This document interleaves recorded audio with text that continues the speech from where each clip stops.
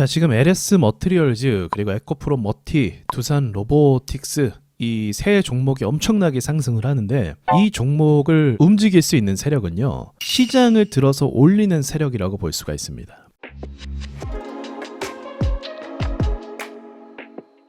두산 로보틱스를 말씀드릴 때 에코프로와 동일한 세력의 냄새가 난다라고 했죠. 그리고 그 돈의 규모를 보는 거예요. 이 돈의 규모. 예를 들어서 지금 개인들이 투자 열풍이 불었다라고 하지만 개인들이 사는 자리는 정해져 있어요. 그리고 세력들이 들어오는 자리도 정해져 있습니다. 세력들이 들어오는 자리는 어떻게 볼 수 있냐면 개인들이 물린 곳을 돌파해주는 것이 세력 돈이고요. 개인들은 보통 어디서 사냐면 돌파할 때 사질 않아요.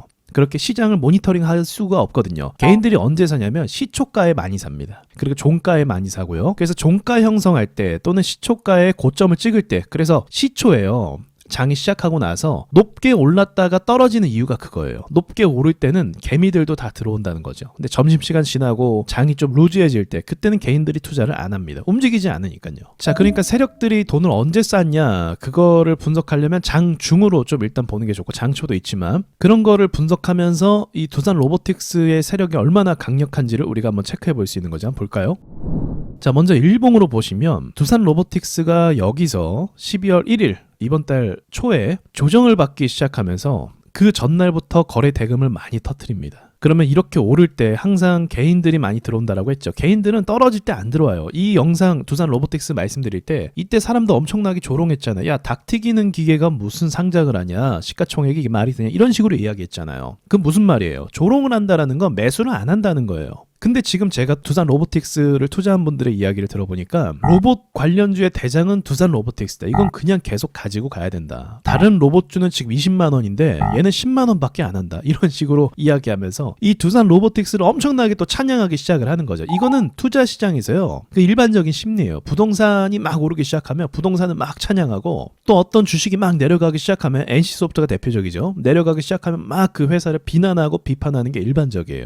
지금은 어떤 상황이에요? 개인들의 막 찬송과 찬양이 넘치는 상황이라는 거죠. 그럼 그건 무슨 신호로 볼 수 있다? 여러분이 판단을 해보시길 바랍니다. 자, 아무튼 이거는 엄청난 세력들이 지금 들어온 거예요. 거래 대금이 여기를 뚫기 위해서는 여기가 1조 정도의 물량이 묶여 있어요. 그럼 1조를 뚫기 위해서는 얘네가 어떻게 했냐면 그 전날 어느 정도 좀 올려놓고 호가를 올려놓고 이때도 거래대금 많이 썼죠. 그리고 그 다음날 또 7천억 이상의 거래대금을 돌파시키면서 이걸 뚫어버린 거예요. 그러니까 합산 1조 이상의 돈을 쏘면서 이걸 돌파시켰는데 어떻게 개인이 1조 이상의 돈을 쏠 수가 있을까요? 개인들의 돈은 다 여기 묶여 있다니까요. 여기 묶여 있거나 떨어졌을 때 물 타갖고 또 여기 묶여 있거나. 자, LS 머티리얼즈를 한번 볼게요. LS 머티리얼즈 역시도 엄청난 세력들이 관리하는 종목으로 바뀌어버렸습니다. 분봉으로 보시면 자세히 보여요. 자, 이날 보세요. 이날 상한가를 전날 가고 12월 13일 날, 그리고 나서 갭을 높이 띄운 다음에 한 번도 제대로 오르지 못하고 바로 주저앉아 버렸어요. 근데 갭을 띄울 때 18%를 띄웠거든요. 이렇게 되면 개인 투자자들이 막 열광을 해요. 엄청나게 갭을 상승해 버리니까. 그래서 이때 엄청나게 시장가 매수를 들어오게 됩니다. 그 돈이 얼마나 돼요? 1분에 650억 정도가 터지게 돼요. 그리고 나서 다음 봉 2분째에도 비슷한 돈이 터지면서 여기에서만 얼마가 터지냐? 1000억 정도가 터집니다. 그리고 약간 보합을 가면서 총 얼마 정도가 터졌을까? 2000억 정도가 여기서 묶이게 된다는 거예요. 자, 2000억 정도가 여기서 묶이면 엄청난 저항이겠죠. 2000억을 어떻게 뚫어? 2000억에서 다 물려있는데 이게 수익이 낸 게 아니잖아요. 물려있잖아요. 근데 이 물려있는 돈을 어떻게 합니까? 어제죠. 아무렇지도 않게 한 방에 뚫어버려요. 어떻게 뚫어요? 거래대금을 발산하면서 거래대금 200억 쏘고 200억 쏘고 200억 쏘면서 1000억 가까이 돈을 들이면서 한 방에 뚫어줬다는 거죠. 이미 그 전부터 상승하기 위한 여러 가지 움직임, 여러 가지 돈들이 막 투입됐는데 이걸 어떻게 개인들이 투자하냐고요. 이거는 불가능합니다. 더군다나 지금 금리도 올라가 있는 상황에서 이제 부동산에 돈들이 묶여 있는 상황에서 이 정도의 자금을 투입시켜서 주식을 살 수 있는 사람 많이 없어요. 자, 그리고 한 종목만 그러면 또 모르겠지만 지금 한 종목만 그러는 게 아니죠. 에코프로 머티 같은 경우도 이 저항대를 보세요. 이 저항대마다 고점에서 어떻게 돈이 터집니까? 제가 시초에 돈이 터진다고 했죠. 개미들이 물린다고 했죠. 여기도 거의 2000억 가까이 시초에 물려 있어요.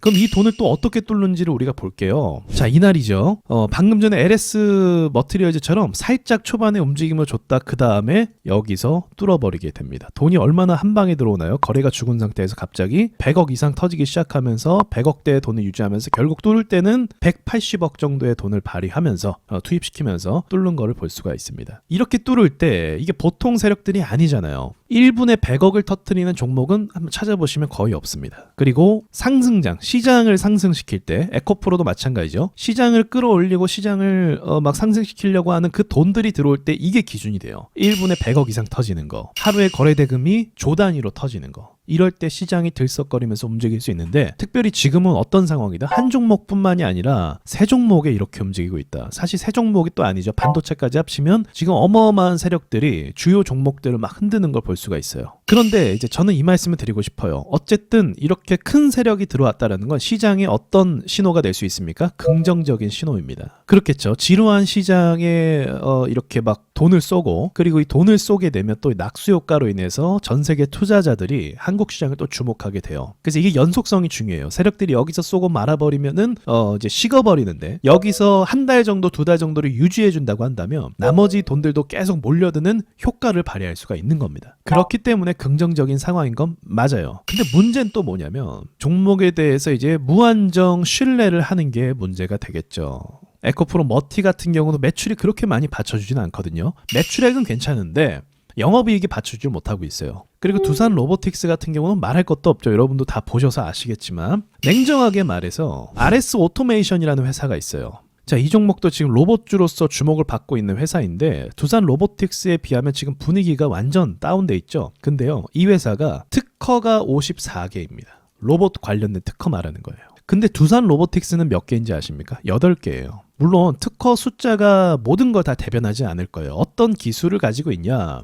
특허를 뭐 8개, 5개만 가지고 있어도 정말 핵심 기술이라고 하면은 괜찮은 거죠. 하지만 1차적으로 표면적으로 나타내는 뭐 매출액이나 이런 특허나 이런 부분에 있어서는 사실은 두산 로보틱스보다 좋은 회사도 있을 수도 있다. 그런 가능성은 또 배제할 수 없겠죠. 무슨 말이냐면 결국은 세력은요, 그냥 올리는 데만 집중을 시켜요. 그래서 올리면 그 회사가 좋게 보여요. 특허가 뭐 5개든 8개든 상관없이 회사가 매우 좋게 보이는 효과를 만들어줘요. 그래서 저는 이제 당부의 말씀을 드리자면 어떨 때 이제 이런 상황을 조심해야 되냐면 실적이 발표되는 시점을 굉장히 조심해야 돼요. 왜냐면 사람들이 뭣도 모르고 투자한단 말이에요. 야, 뭐가 좋대 막 사고 타고 올랐어요.